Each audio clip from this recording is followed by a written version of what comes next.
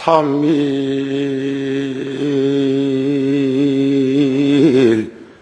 수심은 천재보요 백년 단물은 일조 어진이로다.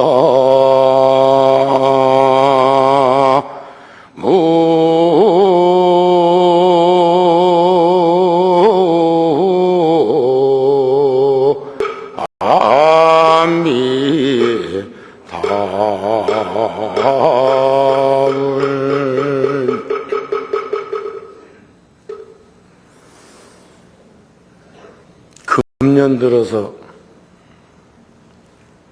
스님들께서 많이 원적에 들고 계십니다.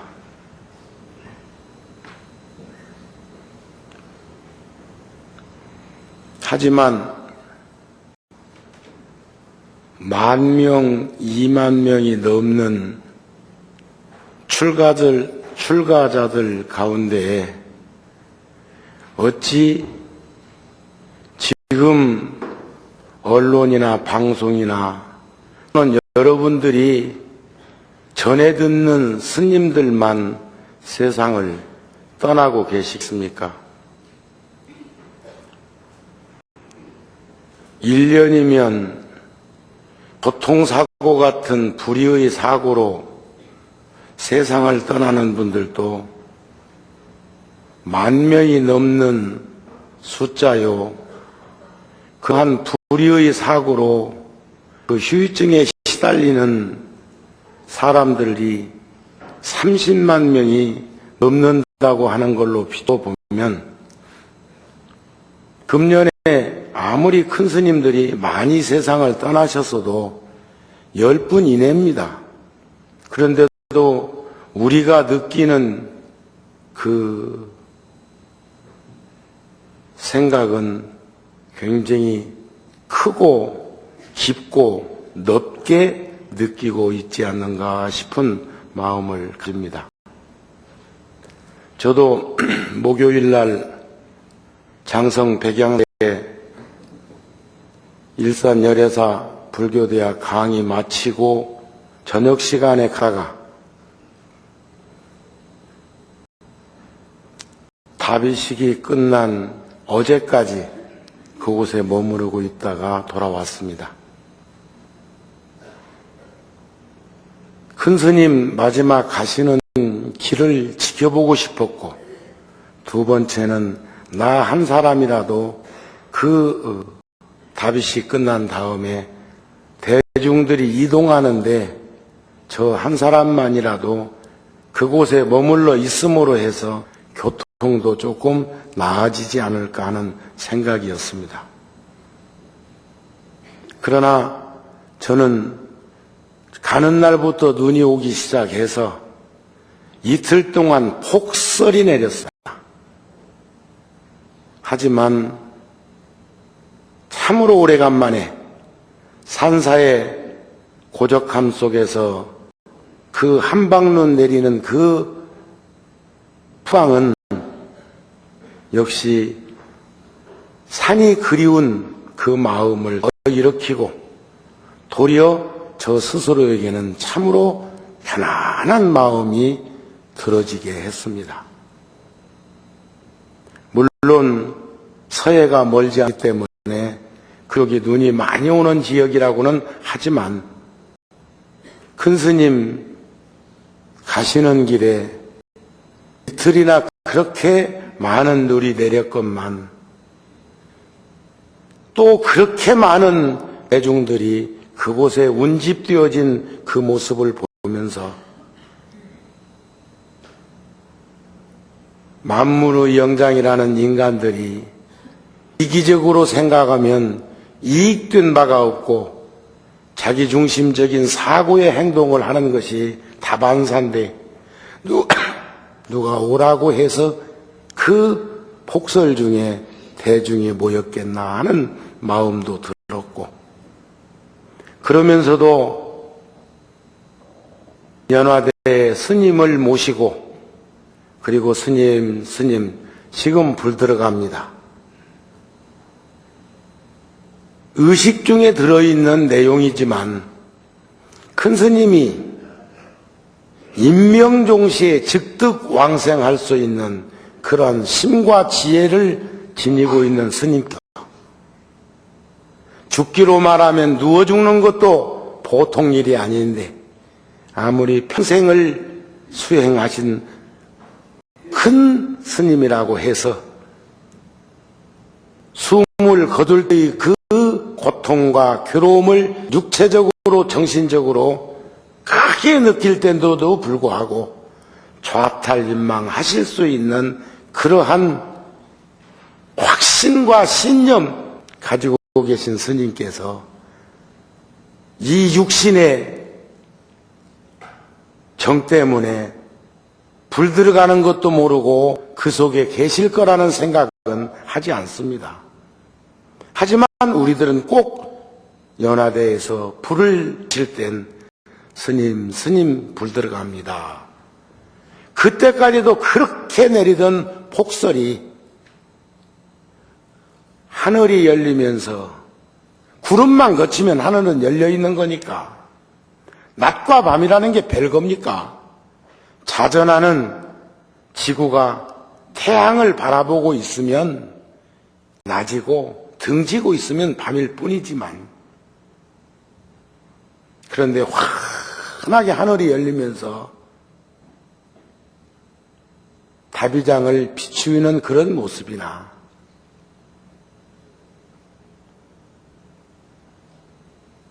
저는 방금 전해드린 그 개송이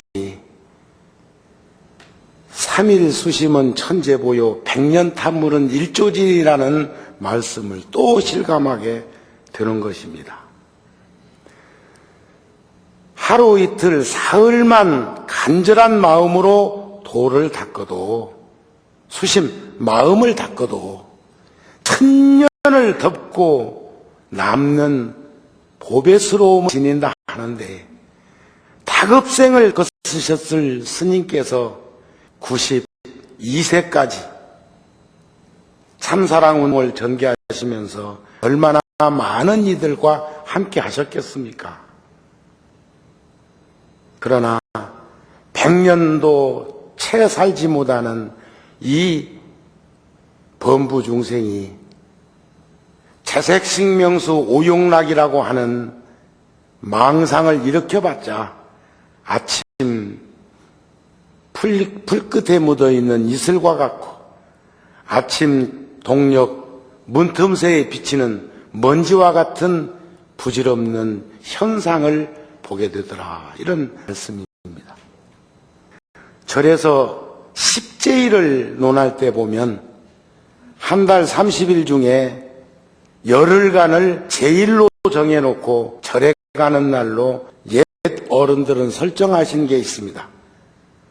6제일이니 10제일이 하는데 중에 제가 다 기억할 수는 없지만 영겁 3일간 10번 절에 온다면 3일을 연속적으로 이틀을 연속적으로 하루를 이런 식으로 절에 올 수 있도록 그 제일을 만든 연유가 뭘까를 새삼 느껴보고 있습니다. 오늘 제가 구룡사에서 열애사로 건너오면서 불교 라디오 방송을 좀 내가 이동하는 그 시간이 라디오 법회 시간인데 참사랑운동을 벌이시고 90평생 후학들을 제자받았던 고불종님의 방장스님 법문이 라디오에서 나왔습니다. 그러면서 저는 그 법문을 잠깐 들은 건 아니지만 잠깐 듣는 중에 서산대사의 선가구간 말씀이 정리되는 부분이 생겼습니다. 저도 끊임없이 정리되어지고 있고 끊임없이 정리해가고 있고 끊임없이 발현하고 있는 겁니다. 정지되어 있는 그릇에 담긴 물처럼 누군가가 사용해 주지 않으면 그 물은 썩을 수밖에 없는 현장에 있는 것이 아니라 끊임없이 옹달샘일지라도 솟는 샘의 역할을 제 스스로 확인하는 참으로 기쁘고 고맙고 자랑스러운 생각이 뭐하는 거죠. 제가 불교대학이나 경전공부나 또 이와 같은 법표를 할 때 더러는 혹 이런 말씀을 드린 적이 있어요. 세상 사람들이 무학자 하면 배운 게 없는 사람인데 절에서 무학자 하면 배울 게 없는 사람입니다. 다르죠? 경전에 보면 유학무학, 생각이 있느니 생각 없느니, 생각 있는 이도 아니요 생각 없는 이도 아니요, 두 발 가지니 네 발 가지니 여러 발 가지니 발 없느니, 이런 다양한 말씀 중에 인비, 인등, 사람과 사람 아닌 유학, 무학, 배우고 있느니와 배울 게 없느니, 이런 식으로 구성되어 가는 것을 여러분들도 알고 계실 거예요. 지금 제가 드리고 싶은 이런 말씀을 드리기 전에 꼭 수식어로 드리는 게 세상의 무학자는 배운 게 없느니요, 불교의 무학자는 배울 게 없느니라. 그리고 나서 무심이니 무념이니 무상이니 한 말을 하지요. 무심하니, 무념이라면 없무자 생각념자인데, 세상에서는 무념하면 생각 없는 이지만 불교의 무념자는 생각을 주관적으로 객관적으로 드러내지 않는 일을 무념자라고 해요. 분별하고 시비 않는 자를 불교에서는 무심한 이라 합니다. 무심자를 분별하지 아니하며 시비하지 않는데 그는 객관적으로도 분별하지 않고 시비하지 않으며 주관적으로도 분별하지 않고 시비하지 않는다는 거예요. 그게 바로 무심한 사람, 무심도인. 대간에서 말하는 무심과는 다르죠. 무상도 마찬가지예요. 그런데 선가구감에 보면 수행자는 세 가지를 얼마큼 가지느냐에 따라서 도의 척도를 잴 수가 있다. 예를 들은다면 이런 거예요. 거꾸로 얘기하면 어떤 사람이 화를 잘 내느냐, 욕심 많은 사람인데 욕심이 얼마큼 있느냐에 따라서 증폭되는 썩냄을 일으킨다는 거죠.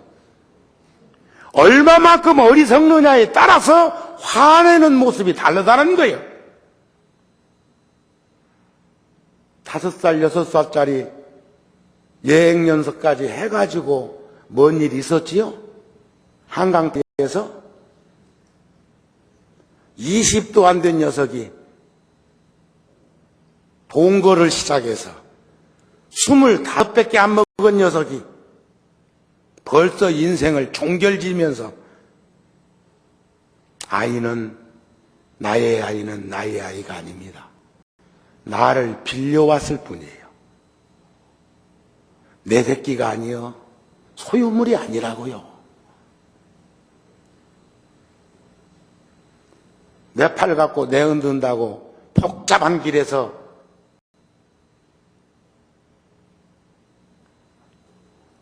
지나가는 사람 턱 치고 가슴도 치고 몸뚱아리도 쳐도 아무 일 없다는 것인가?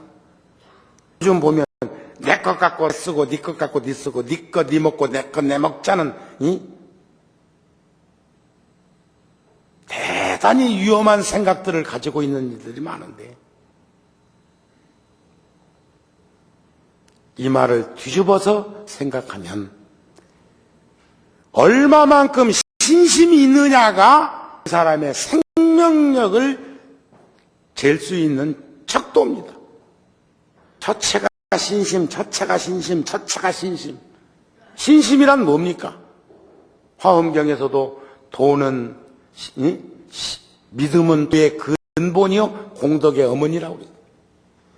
신심이 있는, 생명력 있는 사람이, 힘이 있는 사람이 뒹굴뒹굴 하는 게 아니고 결심을 해서 마음을 일으켜서 행동으로 하는 것이 범부중생의 업이 될 수도 있고 보살의 업이 될 수도 있습니다. 그런데 서산대사는 첫째 대신심을 가질 것, 둘째 분발심을 일으킬 것, 분심입니다. 분심. 이기적이고 상대적인 분심이 아니라 이 육도를 윤회하고 주관적인 분별과 시비와 객관적인 분별과 시비 속에서 끊임없이 이렇게 사는 그런 생각을 일으킬 수 있는 분발심을 일으켜서 큰 의심을 해야 된다. 큰 의심. 여러분들이나 내가 의심하는 것은 부처님도 그러셨거든요. 부처님이시여, 의심이란 무엇입니까? 대관절 의심이라는 게 뭐냐 이거야. 불신한 자가 일으키는 행동인데 신뢰하는 사람을 의심하는 사람은 없습니다. 그래서 제가 요즘에 와가지고 변화된 저의 사고가 하나 있다면 빨간 안경을 쓴 사람이 나를 보고 정우스님 얼굴이 대나 이렇게 볼까? 삼삼자셨나? 열받았나? 한 먹었나? 지 쪼대로 생각할 거라고. 나는 멀쩡한데 지금 멀쩡하지 않냐? 멀쩡하죠? 멀쩡하죠? 그래, 멀쩡해. 여기는 안경 쓰니까 없구만, 빨간 안경. 노란 안경을 쓰고 오니까 저보고 황달 걸렸나? 그럼 간염인가? 까만 안경을 쓰고 와가지고 나를 멀뚱멀뚱 바라보면서 흑달 걸렸나? 황달은 간염이고 시커먼 것, 흑달은 간암이라며 요즘 병리수로로, 병리학적 수로로. 그런데 나는 어느 날부터인가 그런 생각하게 그전 같으면 상대에게 그 부분을 지적해가지고 말을 했겠지만 요즘은 그렇게 안 해. 내가 저 사람 눈에 어떻게 비쳤으면, 내가 살기를 어떻게 살았으면 저 사람이 저런 생각을 할까? 이건 내 업이로다. 이건 내 허물이로다. 이건 나의 탓일까? 생덕목의 탓일까? 그건 좀 더 두고 보자고요.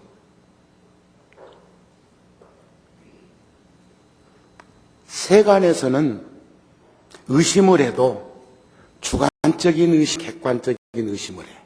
의심이란 뭡니까? 부처님 말씀처럼 대개는 의심하지 않는 게 의심이라고 그랬어요. 부처님이시여, 의심이 무엇입니까? 대개는 의심하지 않는 것이 의심이니라. 우리들 말 가운데 유난스럽게 정말이라는 말을 잘 쓰는 사람이 있어. 특히 방송 매체나 대중 앞에 이렇게 노출되어 있는 사람이 사회를 보면 무슨 말을 하면서 정말 정치인들도 정말이라는 말 무지하게 많이 씁니다. 북한에서 넘어온 사람들도 정말이라는 말을 참 많이 씁니다. 또 대중 앞에 노출되어 있는 사람들도 정말이라는 말을 많이 씁니다. 종교인들 가운데서도 정말이라는 말을 많이 쓰는데 긍정적으로 보면 거짓이 난무해서 이 말은 사실이라는 걸 반증하기 위해서 정말이라는 말을 쓸 수 있고, 부정적으로 보면 얼마나 거짓말 투성이고 거짓 투성이면 정말이라고 미사용어를 들어서 수식하려고 할까? 말 자체가 정말이면 될 것을 저는 정적으로 그래서 정말이라는 말을 안 쓰려고 합니다. 나는 한수도 단수가 높을지도 몰라. 그런 걸 보고 있으니까 훗날 한번 해보자고요. 그런 부분에 대해서 나보다 더 오래 사는 이들이.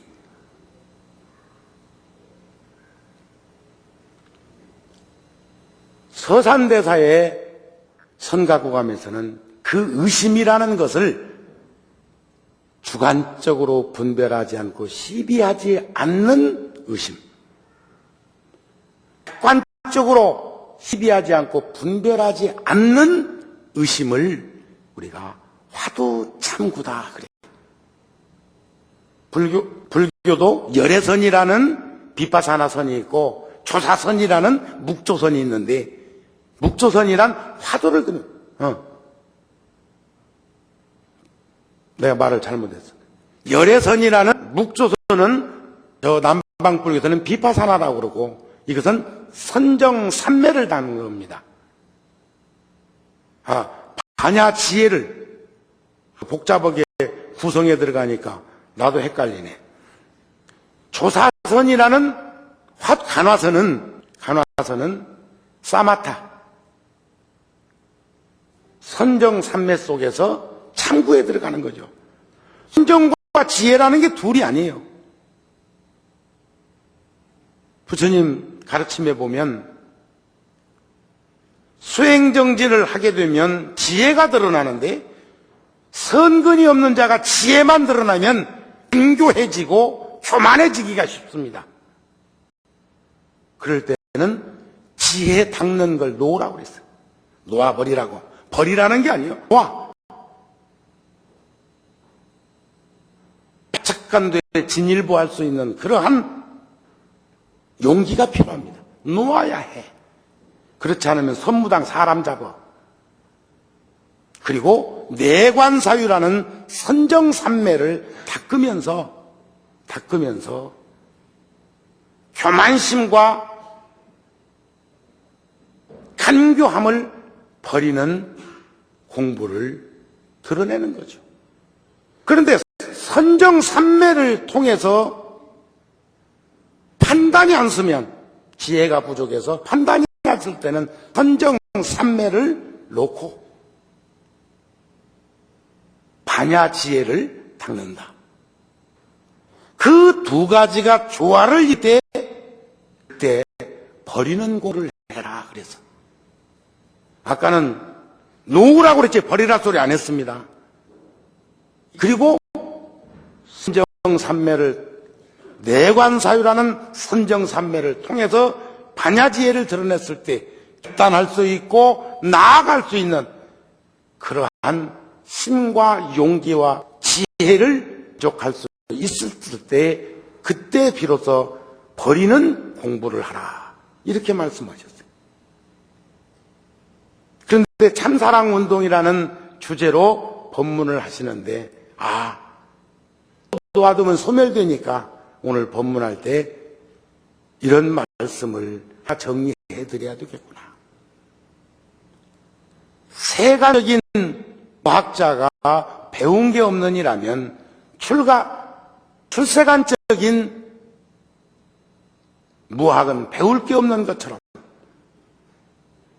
저작거리의 의심이 불신으로 일어나는 생각이라면 우리들이 가선에서 탐구해야 할 의심은 주관적인 것도 아니며 객관적인 것도 아닌 의심.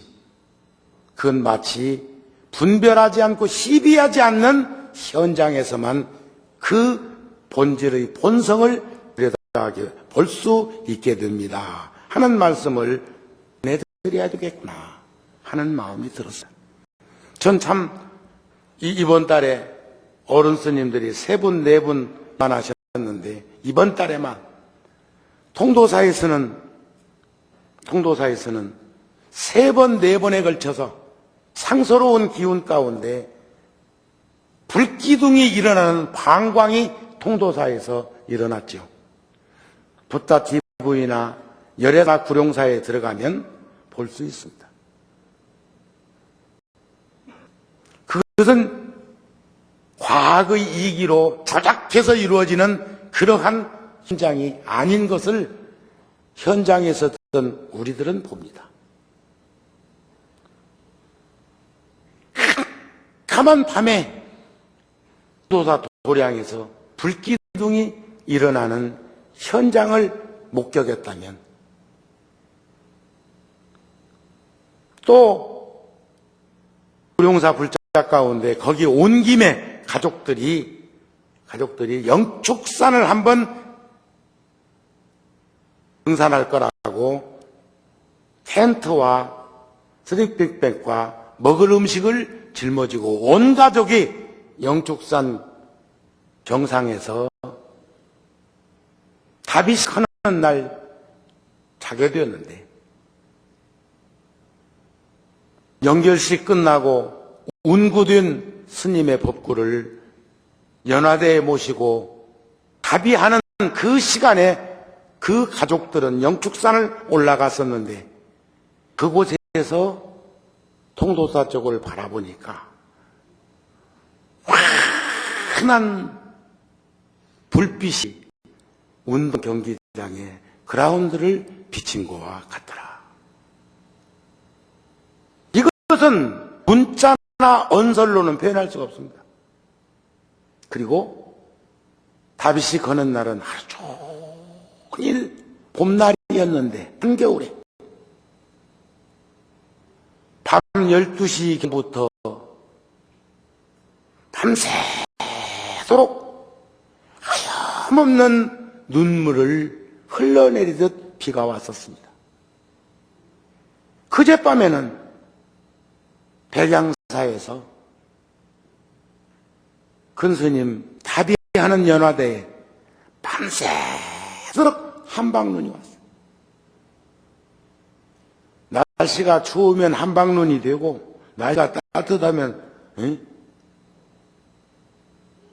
한방눈 내리는 크기의 비로 변화되는 것이지만, 두 어른의 그런 모습들을 보면서도 잘 살아야지. 사실 여러분, 터놓고 얘기합시다.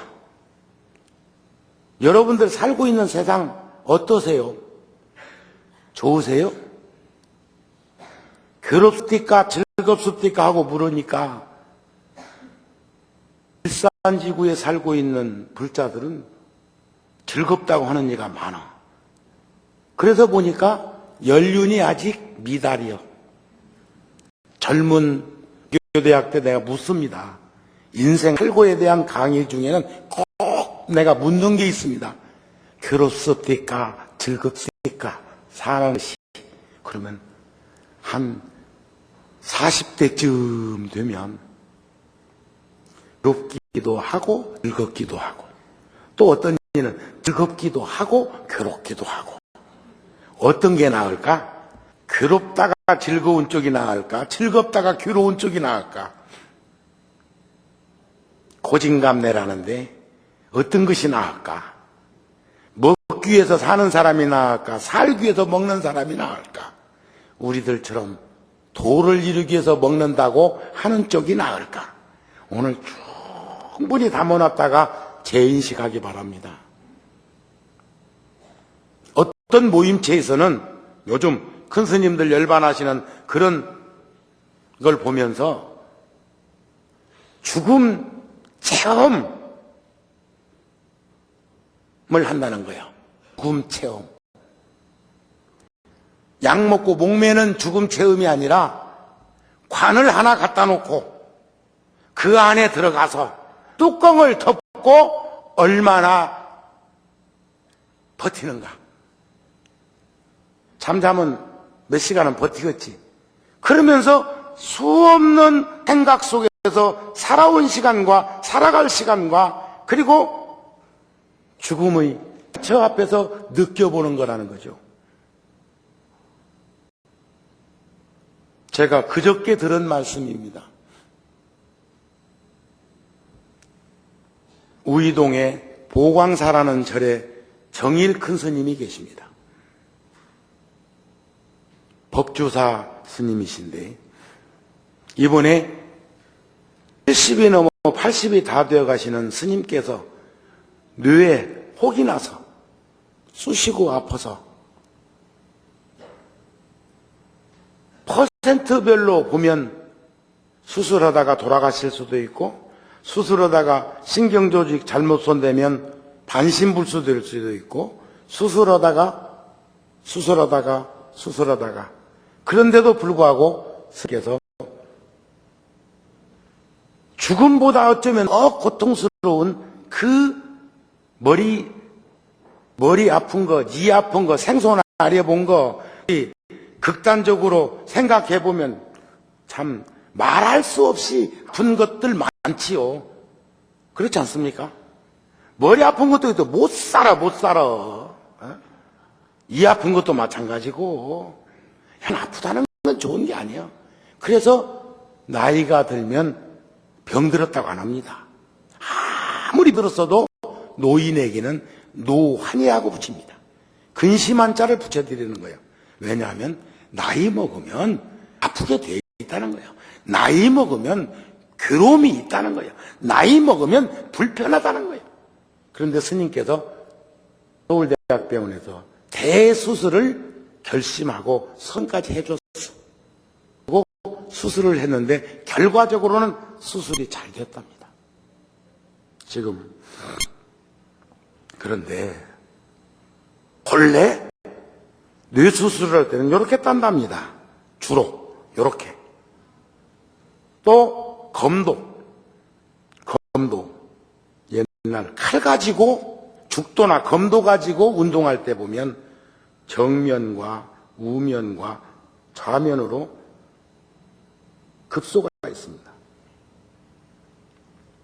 그래서 검도 죽도 가지고 할 적에도 칠 때 분명히 세 부분을 공약합니다. 스님께서 수술 끝나고 마취도 다 안 끝났는데 간호사에게 고맙다고, 그리고 의사 선생님 누구 여성 선생님도 거기 있었을 거고 대수술이니까, 예? 남자 의사 선생님도 참석했는데 분명히 요렇게 처리하는 걸로 얘기를 들었는데 이렇게 났다 이게. 그리고 아주 정성껏 수술을 해서 고맙다. 스님께서 전신 마취, 산소 마스크,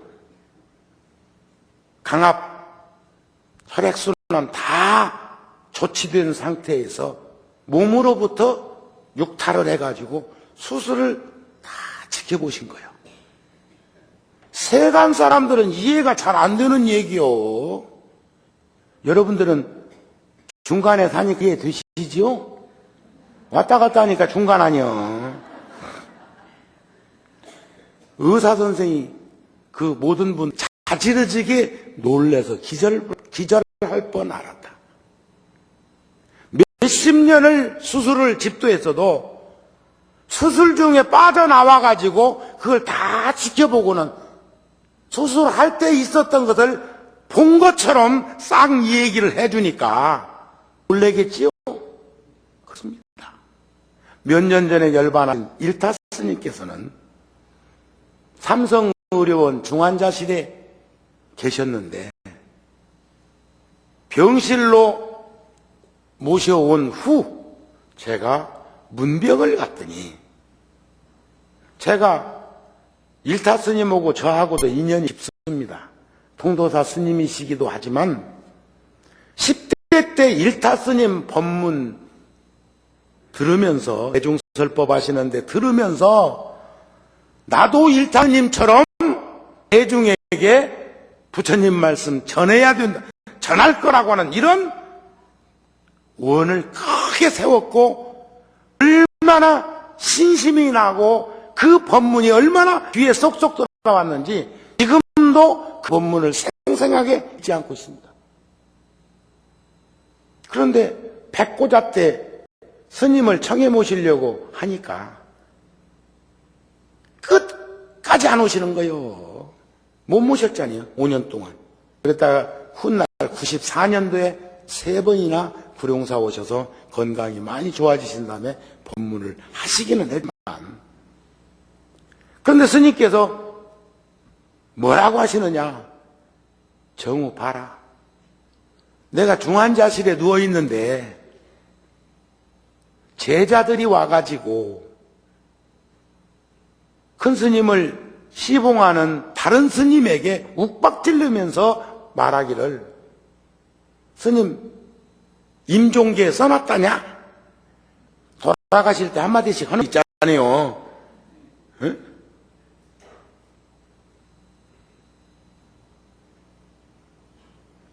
또 그 안에서 중환자실에서 벌어지고 있는 일을 다 보셨다는 거예요. 죽어나가는 것도 봤고, 그러니까 눈 감겨져 있고 혼수 상태고 산소 마스크 끼고 있는 상태에서 삼성은 중환자실 안을 다 보았다는 거예요. 내가 어른이 갈 때가 되면 그것 하나 안 남겨놨겠냐? 그것 하나 한마디 없지 않겠냐? 그러나 간절하면 수행자는 깨달은 이는 부처님이 팔만대장경 어디서 배워가지고 왔대요? 부처님이 팔만대장경 설법을 어디 유학 가서 공부해가지고 갖고 설하셨나요? 부처님께서 깨달으신 후 삼라만상의 경계의 분상을 낱낱 중생들의 근기근기 속에서 수순중생 설법하신 게 부처님의 법문이십니다.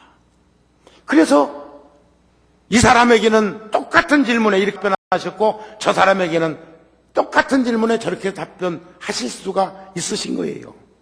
불교가 무엇이오 하고 물었을 때 부처님의 가르침이 무엇이오 하고 묻는다면 초등학생에게 답변과 어른들에게 답변이 같을 수는 없습니다. 전에 한번 말씀드렸죠. 반쪽짜리 철학자가 달라이라마께 불교가 무엇이오 하고 여쭤보니까 과학이오 답변했는데 눈물이 나 감격해서. 왜냐하면 철학은 대단히 주관적이어야 합니다. 그리고 과학은 대단히 객관성을 지녀야 합니다. 주관과 객관 반쪽짜리입니다. 낮과 밤이 반쪽짜리로 합해서 하루가 되는 거와 무엇이 다릅니까? 여러분들이 무엇에 결혼합니까? 가정을 왜 이룹니까? 남자라는 반쪽짜리와 여자라는 반쪽짜리가 한 가정을 이루면서 우리가 되는 거 부부가 되는 겁니다. 그것이 바로 사바세계 현상계의 모습인 겁니다.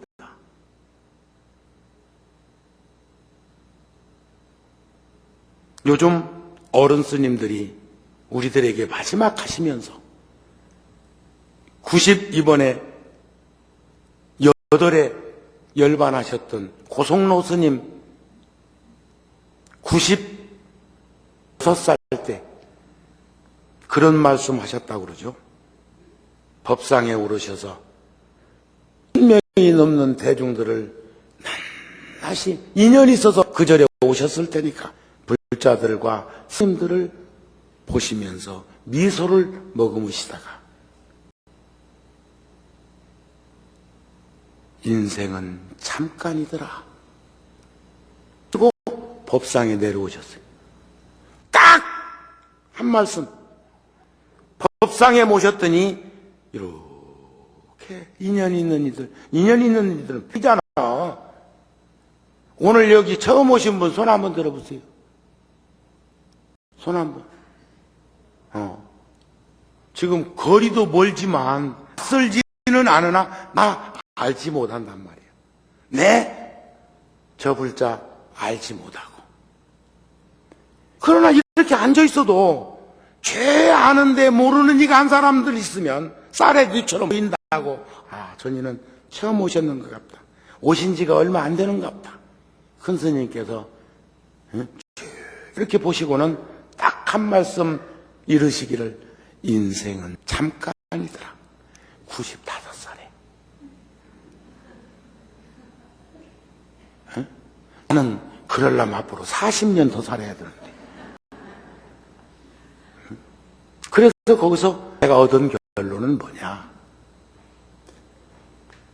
살아온 시간 30년 살았던 40년 살았던 50년 살았던 70년 살았던 60, 70, 80으로 넘어가면 더 잠깐으로 보여. 더 잠깐으로. 왜냐하면 남은 시간이 남들 걸 보니까 얼마 안 남기 때문에 나도 얼마 안 남았을 거라는 인정하에서 살아온 시간이 빨리 느껴진 거예요. 20, 30대 보고 살아온 시간 1년에 나이 2살씩 어제 아래 신문 보니까 고등학교 3학년 아이들 12명이 불구속됐던데 이유는 뭐냐? 주민등록에다가 남의 주민등록에다가 지사진 붙여가지고 행세에다 걸린 거예요. 이유는 뭐냐? 나이트클럽 가려고. 딱 내용은 하나뿐이요. 그런 녀석은 누가 물어보면 나이 1년에 2살, 3살 먹을걸? 나도 10대 중반에 출가해가지고 하도 불자들이 몇 살이나 되셨어? 예? 부모님은 계시요? 형제가는 몇이나 돼요? 고향은 어디요? 하고 한참 묻다가 선물이 가서 돈 그 당시에 1,000원짜리나 뭐 5,000원짜리나 하나 그냥 누구 볼 때나 연애 편지도 그렇게는 안 잡았을 거예요. 예? 기도해드렸으니까 고맙다고, 요광비에다 줬으니 고맙다고, 밥상 들여다 줬으니 고맙다고. 어렸을 때 나는 부모님을 생각하고 조부님들을 생각하는 것처럼 그런 일을 큰절에 있을 적에도 소임이 별자를 봤으니까 또 그럴 수밖에 없었고 하면 갈 때는 꼭 쉬려면 한 3시간은 걸려.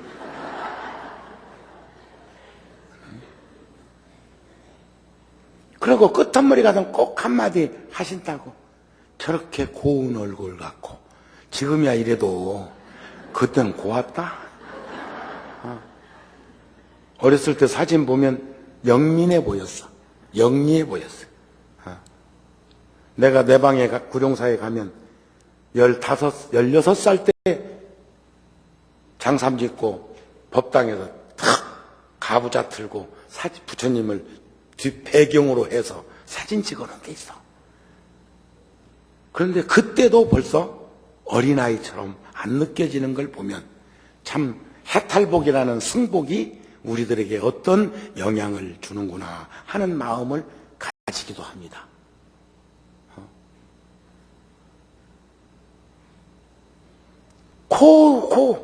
에?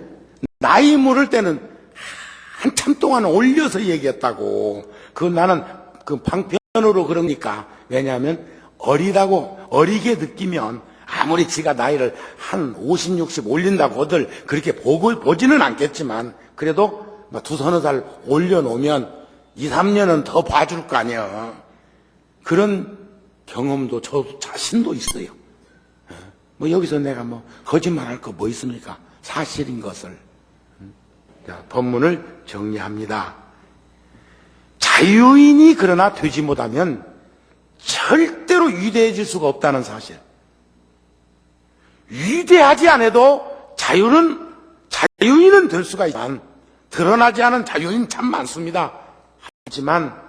하지만 자유인이 참 자유를 얻지 못한 사람은 절대로 그는 위대해질 수 없다는 거예요.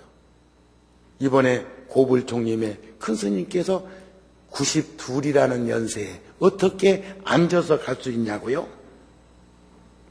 그게 아무나 할 수 있는 일이냐고요? 통도사 방장스님께서는 3년 전에 병원 거부하셨다가 가스가 차는 걸 복수 차는 줄 알고 거절하셨다가 나중에 병원에서 3, 4개월 입원해 계시는 동안에 하반신을 놓쳐버렸어요. 중풍 맞는 사람이 중풍 맞은 쪽에, 풍 맞은 쪽에 몸뚱아리를 놓쳐버리듯이. 그래서 마음 아파하셨습니다. 큰 스님께서도 평생을 잘 살아오신 것처럼 마지막 갈 때는 앉아서 참선하다가 선정산매에 들어서 생을 마감하고 싶었는데 하반신을 놓치니까 그렇게 할 수 없잖아요. 그렇다고 해가지고 억지로 자리만 받고 앉아 돌아가시려고 하는 순간에 정우가 꼭 끌어안고 있다가 이런 없잖아요. 종교란 깃든 것이 아니라는 사실입니다. 그래서 저는 이번에 고불총님의 큰스님 다비식 날 하루 종일 하염없이 눈이 내린 것도 저에게는 큰 깊이 전달되었고, 동도다 방장 스님 답의하시는 날 봄날 따뜻했다가 그 늦은 밤에 밤새도록 하염없이 내린 그 빗줄기도 저에게는 감격스럽습니다. 훗날 정우도 무슨 그러한 모습을 보여야 된다고 지금부터 각본에 짤 일은 아니지만, 그래서 더더욱이나 자유인이 되고자 노력할 것이고, 자유인이 되지 못한다면 그는 세상 살아가는데 혼돈을 야기한 인생이 아니었을까 하는 마음이 자꾸 들어집니다. 부처님께서 시포가 계십니다. 진리에서 오신 분이며 존경받고 대접받을 만한 분이시며 바른 지혜를 주신 분이시며 아는 것을 실천하시는 분이시며 고통의 달을 건너신 분이시며 세상 일을 잘 아시는 분이시며 없이 훌륭한 분이시며 중생들의 잘못됨을 항복받고 그가 잘 살아갈 수 있도록 길들이는 장부이시며 하늘이나 인간 세상의 큰 스승이시며 진리를 깨달으신 분이시며 세상에서 갖고 가장 높고 수승한 분이 부처님이십니다. 부처님의 제자들인 우리들도 그러한 삶이 이루어질 수 있도록 노력해야 되지 않겠습니까 하는 말씀으로 오늘 법문은 마칩니다.